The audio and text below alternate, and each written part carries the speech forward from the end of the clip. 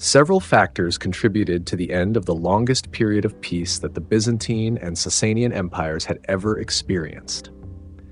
Persian King Kavadh, who had only recently regained his throne in 498 or 99 with the support of the Hephthalite Huns, found himself in urgent need of funds as his allies demanded payment. The situation was further complicated by recent changes in the flow of the Tigris in lower Mesopotamia, which led to both famine and flooding. When Byzantine Emperor Anastasius declined to offer any assistance in 501 or 502, Kavadh had little option but to seek the necessary funds through force. Kavadh, the ruler of the Persian Empire, strategically allied himself with various groups that had previously revolted against his reign. These included the Tamurai, a fierce and resilient tribe, the Kadashai, known for their tactical prowess, as well as the Arabs and the Armenians, whose motivations for joining him varied significantly. Some of these factions were eager to support his cause, driven by personal grievances or a desire for change, while others were coerced or felt compelled to participate against their will. In August of 502, seizing the opportunity for expansion, Kavadh launched a bold invasion into Roman territory. His forces advanced swiftly and decisively, managing to capture the crucial city of Theodosiopolis, located in the region of Armenia Interior. The city seemed particularly vulnerable, possibly benefiting from local support that had remained unexamined. However, Theodosiopolis was largely undefended, with a minimal military presence and weak fortifications, rendering it an easier target for Kavadh's experienced troops. The siege was relatively unchallenged, and once the city fell, Kavadh demonstrated a surprisingly merciful approach towards its inhabitants. He sought to win their favor and prevent further dissent, which was a tactical move to consolidate his control over the newly acquired territory. However, in a calculated decision, he captured Constantine, the prominent leader of Theodosiopolis, ensuring that he could quash any potential rebellions and send a clear message regarding the consequences of opposing his rule. This act solidified Kavadh's authority in the region, setting the stage for the complexities of governance that would follow. Anastasius became aware of Kavadh's military preparations only after the Persian king had initiated his invasion. In a moment of urgency, he quickly dispatched his trusted envoy, Rufinus, with the mission to persuade Kavadh to reconsider his aggressive actions. However, the situation had already escalated. After successfully capturing Theodosiopolis, Kavadh swiftly redirected his forces southward, overwhelming the largely unprotected Armenian satrapies that lay in his path. As Kavadh advanced, he paused at the city of Martyropolis, where the local satrap, Theodore, recognizing the futility of resistance, surrendered without confrontation. In a show of compliance, he handed over 2 years' worth of accumulated taxes from the satrapy of Sophanin, a significant sum meant to sustain the Persian campaign. Following this acquisition of resources, Kavadh decided to leave Theodore in control of Martyropolis, ensuring that he would have a loyal ally overseeing the region as he continued his military campaign towards Amida, a critical target in his quest for expansion. Near Amida, Rufinus encountered Kavadh, but could not steer him off his intended path. The siege of Amida, a clear indication of Kavadh's relentless desire for plunder, turned out to be a far more challenging endeavor than Kavadh had anticipated. Zechariah of Mytilene offers one of the most comprehensive accounts of a siege along the eastern frontier. In October, Kavadh arrived at Amida in Mesopotamia.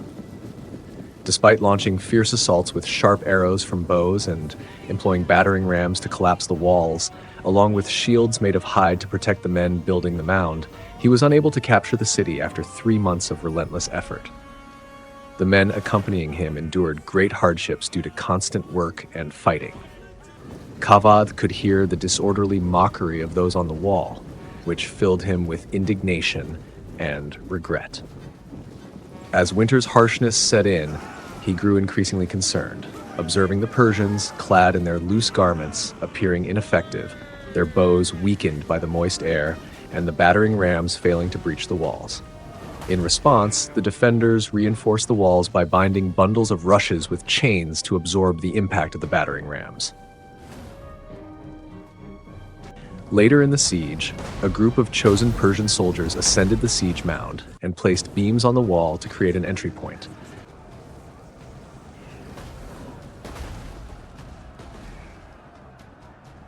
They were supported by the king, who stood nearby with his army, offering support by providing weapons, shooting arrows, shouting commands, and inspiring his soldiers by his presence. Approximately 500 Persian soldiers were involved in this effort. In response, the defenders threw oxhide strips soaked in a mixture of vetch and myrrh oil onto the beams, creating a slippery surface. They poured additional liquid from the vetch onto the skins to increase slipperiness and set fire to the supports beneath the mound. After approximately 6 hours of intense combat, the Persians were unable to breach the defenses. Eventually, the fire grew and consumed the wooden supports, reducing the rest of the mound to ashes. As the mound collapsed, the Persian soldiers atop it were burned and injured, struck by stones hurled from the walls.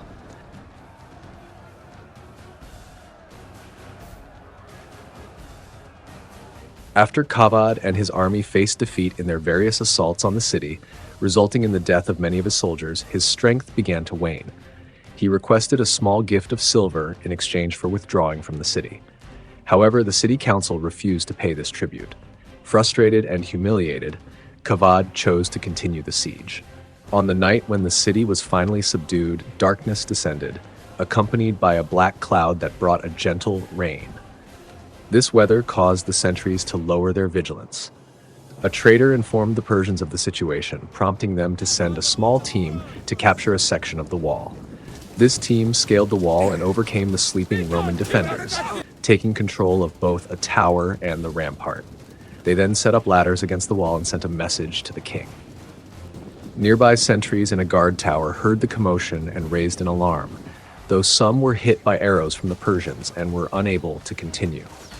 When word of the attack reached Cyrus, the governor, he quickly hurried to the scene. His torches made him visible, making him an easy target for the Persians who stayed concealed in darkness. Cyrus was struck by an arrow and had to retreat.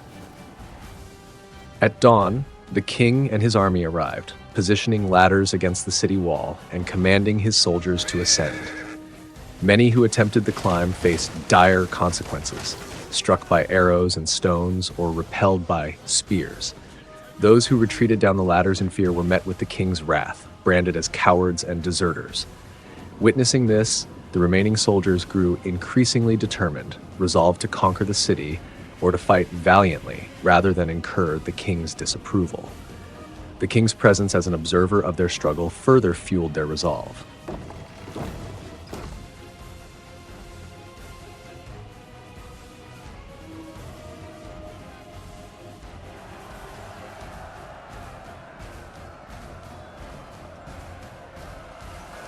As the defenders within the city worked to undermine the Persians' position by loosening the keystone of the arch that supported the tower where their enemies had assembled, they faced mounting challenges. Despite their efforts to destabilize this crucial structure, additional towers continued to succumb to the Persians one after another, and the guards posted along the walls were systematically eliminated.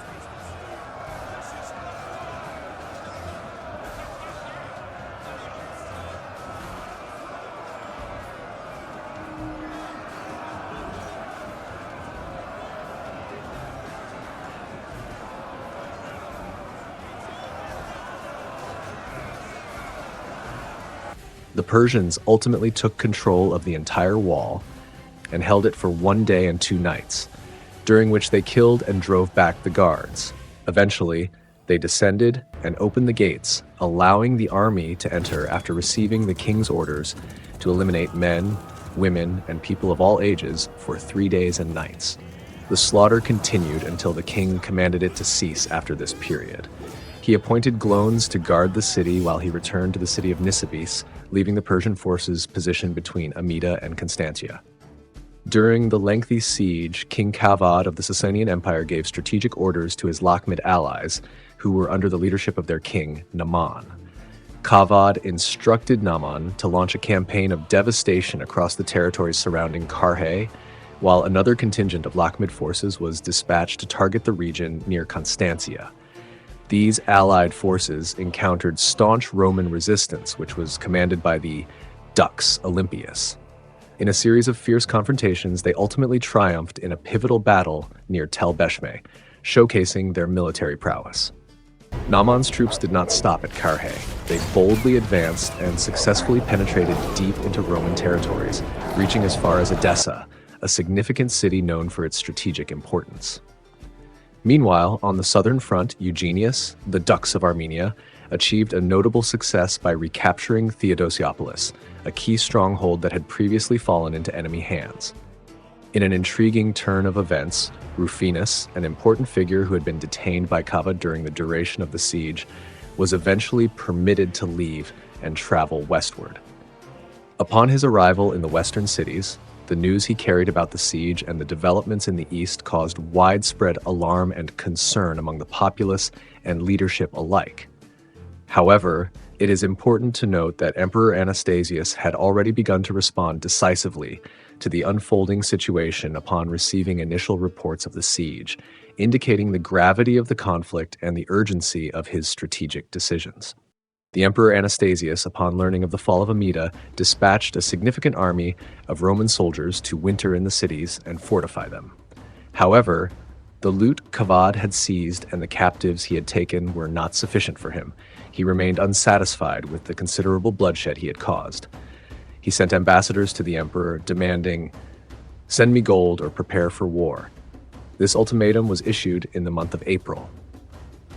The emperor, instead of complying with the demand for gold, chose to prepare for retaliation to seek justice for those who had fallen.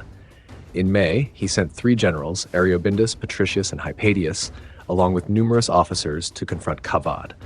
The forces gathered at Edessa and Samosata.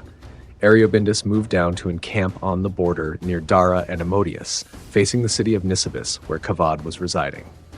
Meanwhile, Patricius and Hypatius set up their camp against Amida to drive out the Persian garrison, bringing with them 40,000 troops. Amida was held by a garrison of 3,000 under the command of Glones.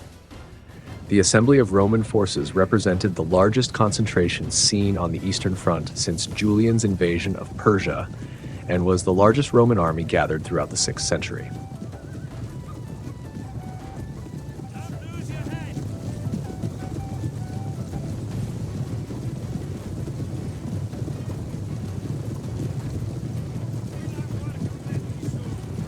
Although Ariobindus initially achieved notable success in his military campaign towards the fortified city of Nisibis, the tide turned against him in July when he encountered overwhelming Persian forces, which outnumbered his troops significantly.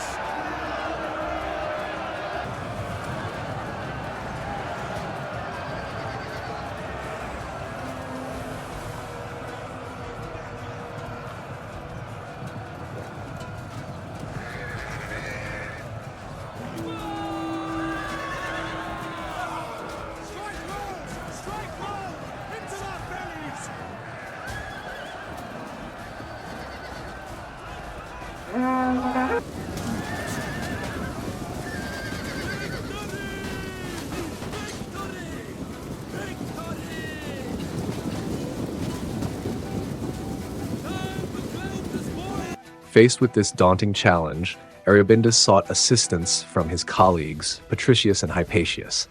Unfortunately, their response was delayed and ultimately inadequate, compelling him to make a strategic decision to withdraw his forces westward to avoid complete encirclement.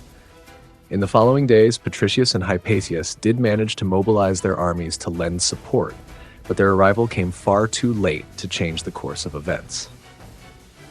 By the time they reached the battlefield, Ariobindus had already moved further west and had abandoned his camp at Apadna.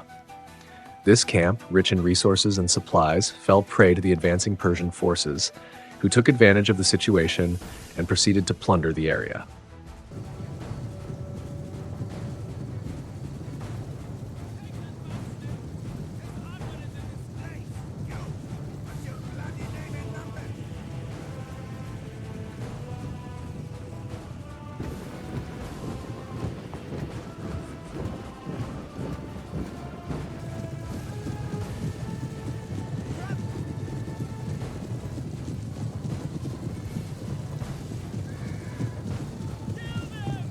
The combined armies of Patricius and Hypatius soon found themselves engaged in a fierce confrontation with the Persian leader Kavadh.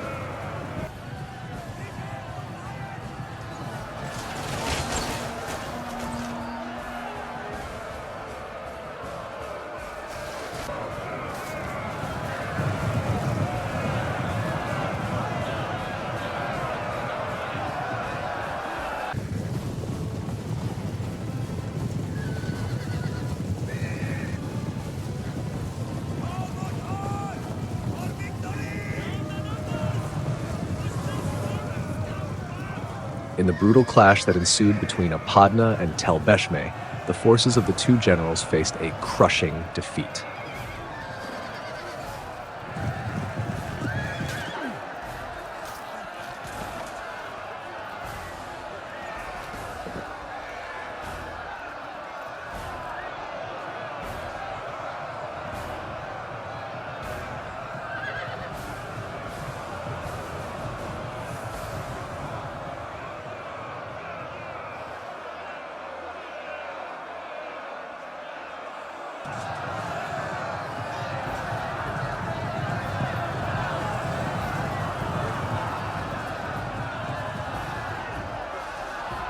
As they attempted to retreat towards the city of Samosata, chaos ensued.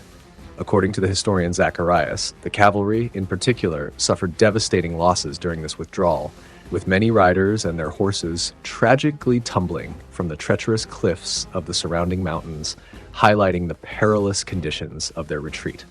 Kavadh then continued his journey due west, first arriving at Constantia, although he was unable to capture the city. Frustrated in his attempt to conquer it, but having received some supplies from the inhabitants, he proceeded further west to Edessa, reaching its vicinity in early September. The king sought to extort 10,000 pounds of gold from the city, but Ariobarzus refused to comply. Despite elements of the Persian army, particularly the Arabs, seizing much of Osroene, efforts to storm Edessa proved unsuccessful. After further failed negotiations, Kavadh was compelled to retreat to Persia due to dwindling provisions and the imminent arrival of additional Roman reinforcement. In the midst of ongoing conflicts in the region, Timostratus, the Dux of Osroene, who was stationed in the strategic city of Callinicum, achieved a significant military victory over the Lakhmid forces.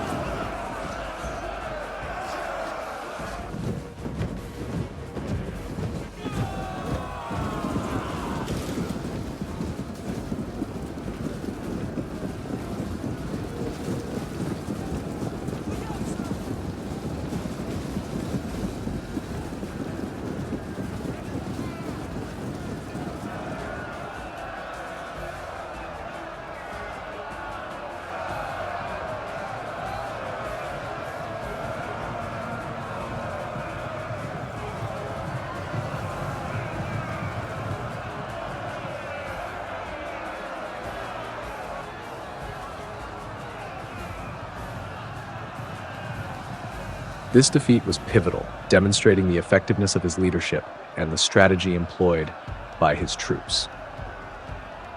Meanwhile, the Thalabites, a faction of Arabs allied with the Roman Empire, took advantage of the situation by launching a bold offensive against Hira, the capital city of the Lakhmid kingdom. Their attack showcased not only their determination to resist Lakhmid influence, but also the growing coordination between local forces and their Roman ally.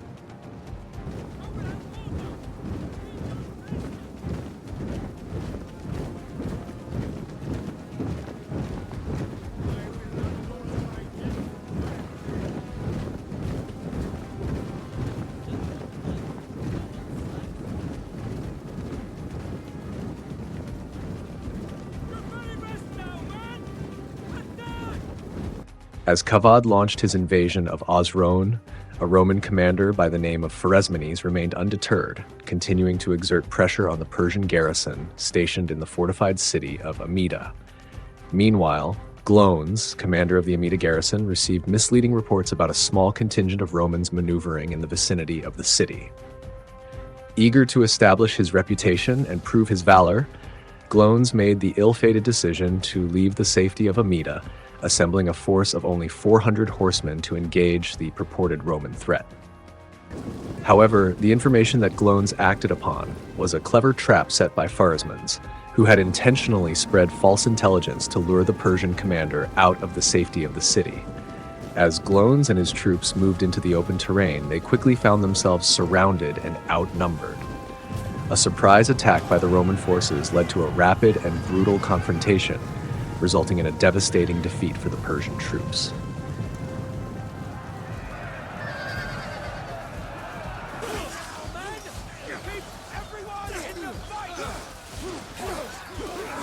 In this chaotic battle, Glones lost his life, and the Romans triumphantly took his head, which they carried back to Constantia as a grim trophy of victory. This event not only highlighted the strategic intelligence and tactical skill of Pharesmenes, but also served as a stark reminder of the dangers of underestimating one's opponent. While the Roman forces were deeply occupied in the vast and challenging terrains of Mesopotamia, the newly appointed Lakhmid ruler Mundir seized the opportunity to execute a bold and audacious campaign further south.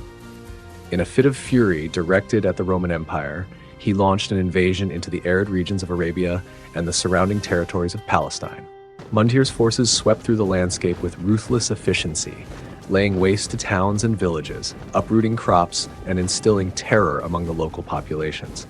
His men enslaved countless thousands of Romans caught in the turmoil, dragging them away to unknown fates and committing numerous lawless acts that further destabilized the region. In the summer of AD 503, Emperor Anastasius dispatched additional reinforcements to the east, commanded by the Magister Officiorum, Celer. He also granted a temporary reprieve from taxes for the regions of Mesopotamia and Osrhoene. By late September, upon his arrival in Hierapolis, he recalled Hypatius and Apion, assigning the other commanders to their winter quarters.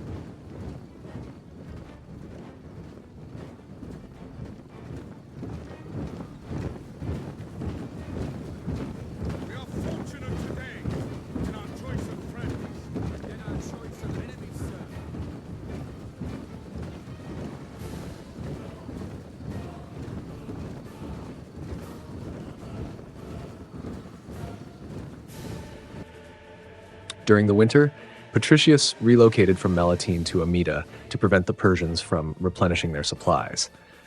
Although a Persian force was sent to dislodge him, Patricius successfully defeated it and laid siege to the city. At this juncture, Kavadh was compelled to leave the front to address a Hunnic incursion, while Celer intensified pressure on the remaining Persian forces. In the spring of 504, from his assembly point at Rassena, Celer advanced north to join Patricius in the siege of Amida, having previously executed a successful raid on Persian livestock in the Jebel Sinjar. However, the defenses of Amida, despite the hardships faced by its inhabitants, proved too formidable for the besieging forces, who ultimately could not maintain the siege through the winter.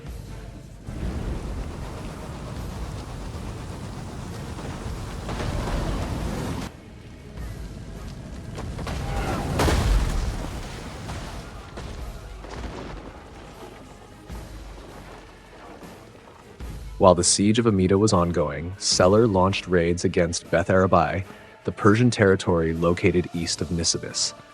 At the same time, Ariobindus carried out a punitive expedition in Arzanini. The vulnerability of the Persian position was underscored by the defections of the renegade Constantine, the Arab chief Adid, and the Armenian Mushlek, along with his forces. As the war began to encroach upon Persian territory, Kavadh sought to avoid any further escalation. He dispatched a Spabad to negotiate the surrender of Amida and returned the Roman hostages taken earlier. While Celer initially favored continuing the siege of Amida, convinced that its capture was imminent, he ultimately agreed to a truce when the Roman army proved incapable of maintaining the siege through the winter. Consequently, a truce was established, pending ratification by both rulers. Procopius notes that peace was set for a duration of 7 years, and it is likely that some payments were made to the Persians. The Persians did not retain Byzantine territory, and no annual tribute was imposed, suggesting that the peace treaty was relatively lenient for the Byzantines. John Lydian offers a decidedly negative evaluation of the Roman military efforts during the war. Commissioned to document Justinian's conflict from 527 to 532, it's clear he sought to downplay the accomplishments of previous emperors, similar to the approaches taken by Procopius and Marcellinus Combes. Roman generals attributed many of their challenges in this war to the absence of a significant base near the frontier, a role that Nisibis fulfilled for the Persians and had previously served the Romans before its secession in 363. In response, Anastasius ordered the construction of a substantial fortified city at Dara in 505. Additionally, the deteriorating fortifications at Edessa, Batnae, and Amida were upgraded. Following the successful conclusion of negotiations, Celer returned west and entered Edessa in triumph. Although no large-scale conflicts occurred during Anastasius' reign, tensions persisted, particularly as work continued at Dara. Once Kavadh concluded his war with the Huns, he accused the Romans of violating the treaty established in 422, which prohibited further fortifications near the frontier. Nevertheless, Anastasius continued with the project, deflecting Kavadh's complaints with bribes. The Persian king was ultimately unable to halt the construction. A few decades later, both sides would engage in battle outside the great fortress of Dara.